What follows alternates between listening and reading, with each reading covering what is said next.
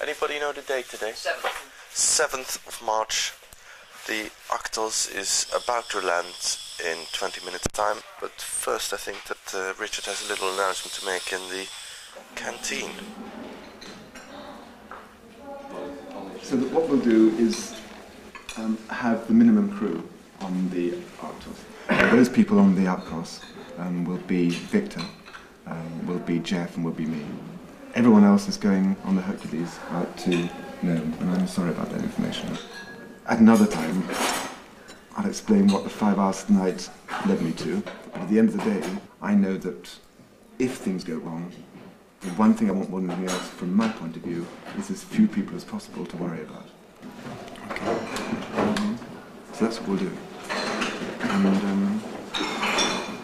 I can't say more than that. I'm just sorry that it's worked out this way. I don't know why I'm here.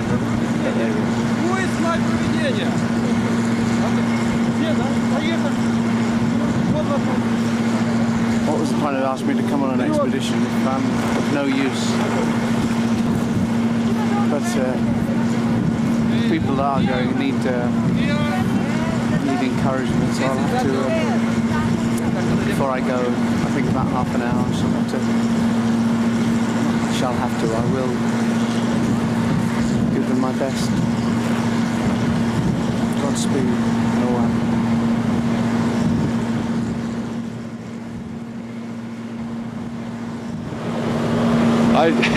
I don't know what to say. I'm really, really disappointed. It's just like this is the end of the expedition now.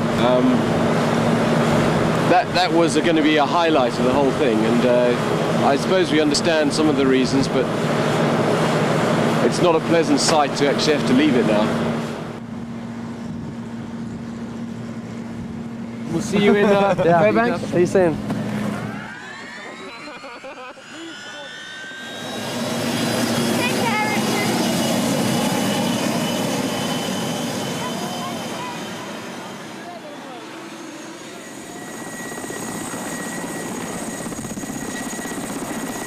We were there and saw the Arctos for the first time, this vehicle which was a prototype of a lifeboat that had been built for the Canadian Arctic icebreakers and commissioned by the Canadian Coast Guard.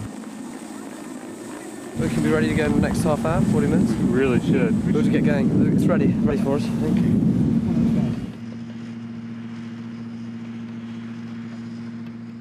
And the first thing it did as it arrived in this cold area was break a bearing. We were suddenly, instead of charging across the Bering Straits to be the first, we found that this 10-year-old vehicle was actually, well, it gave up in its very, very first half hour in Russia. The Russians were extraordinary. They got their workshops. We had to get a spare part flown in from America, but by and large they were able to do a lot of the stuff in their workshop. So the bearing was replaced, and this huge, great track, which was over a ton in itself, had to be put back in the, thank goodness, in the kind of nice warmth of a repair shop. And they've never actually done it before without the real tools, but they got it back on.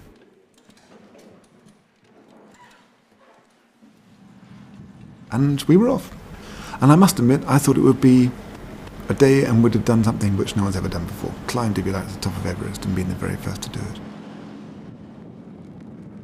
I suppose I'd lulled myself into thinking the only way to get across this journey and to make it work was to be optimistic and presume things would go well.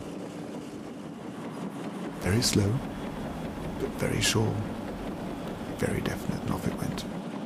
And the Russian team waved goodbye, and I thought I'd be a complete hero. And for the first half day, it was just as I thought it might be. It was effortless, everything was going, the engines were ticking. I was pretty tired, but we thought we cracked it. I think it's noisy in here. 5 days ought to be a lot of fun. Bouncing around. I don't even know if you can hear me, it's so noisy in here. But if this is what it takes to get across the Bering Strait, we'll do it.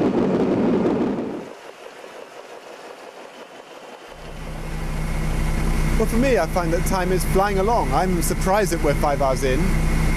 We're going about 2-3 kilometers an hour. We stopped a couple of times, 3 or 4 times, and I'd have thought I'd be pretty impatient by now, but I'm not. And it's one of those times on the trip that I'm really enjoying just every single minute of the journey, and will do, I think, right the way until we, all being well, get across the Bering Strait. And the news about the ice which has just come in from the last helicopter recce is good. So it's far too early to say I'm feeling confident, but I'm certainly feeling that we've got as good a chance we've ever had. It was pretty gusty out there, and the wind is very, very variable. And also the ice is very different from the ice that Bruce had seen before. So we're in for some surprises, I've got no doubt. Arc toasted tower, arc toasted tower. We just dropped a track off the back left side, and we were searching around in the dark. We don't know where the thing is. We're driving through this boulder field, and it ripped one of the tracks off. It's 11 o'clock at night. We have no clue where it is. Things are getting bad. And then we drove straight into a rock field.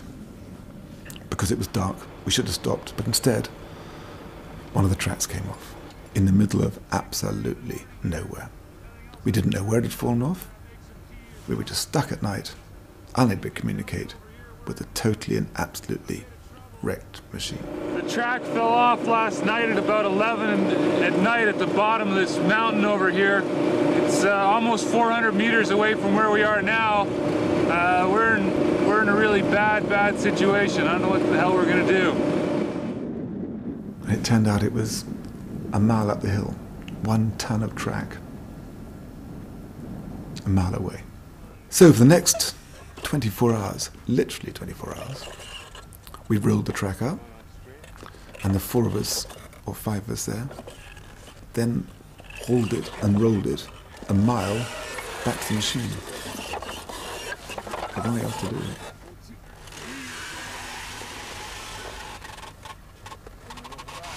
I don't know how none of us managed to kind of not get up.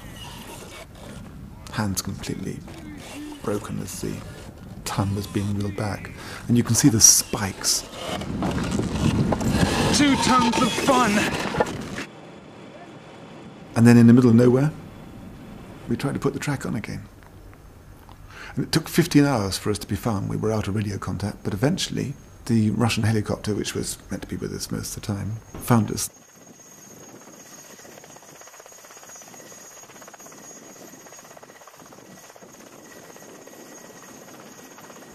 So that was the first disaster, but all credit to Bruce, who was the skipper of the Arctos. He did actually manage to get it so that it got the track back on. But dragging it for a mile without the track had done a lot of harm. Right up under the bottom, you can almost stick your fingers up inside it. Got punctured by a huge sharp rock. All this stuff is ripped off. This thing's a mess. I'm delighted there's proper equipment coming on board for radio contact, and then to literally make it so that we prepare ourselves for it to sink or stop wearing a survival kit. And once again I allowed myself to think that it would be absolutely fine. We were about to do the things that no one had done before, and hey, you never did any of these things without some kind of disaster, and we'd just had 1, 2, third time lucky.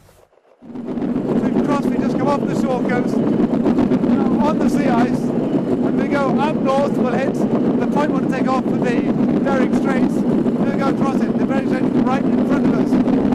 If you go straight out that way, you're going to hit America. We're halfway there. We're just going to keep going. If the weather's nice,